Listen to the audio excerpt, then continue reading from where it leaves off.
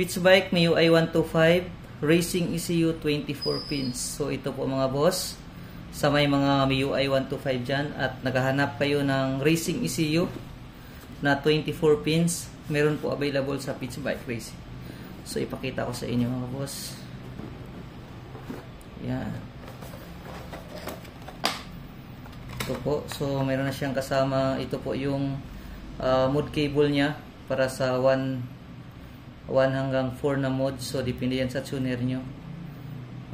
Dito po. Ito yung ginagamit na mode cable or push button cable. Yan. Then tuning cable. So kung walang tuning cable yung tuner nyo, hindi kayo mahirapan kasi mayroon na po siyang kasamang tuning cable ang Pitch Bike Racing ECU. Then mga boss, ito po yung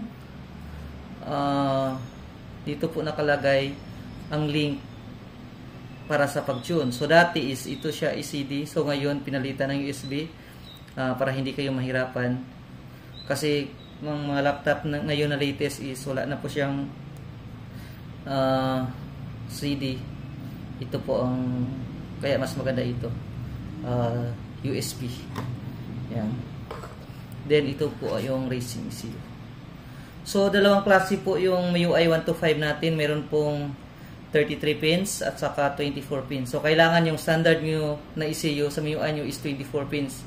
Dahil pag 33 pins hindi po ito pwede. Okay? So pang 24 pins lang po ito na MIUI na ECU. Yan. Sa 33 pins po wala pa tayong available na 33 pins ECU. So yan mga boss.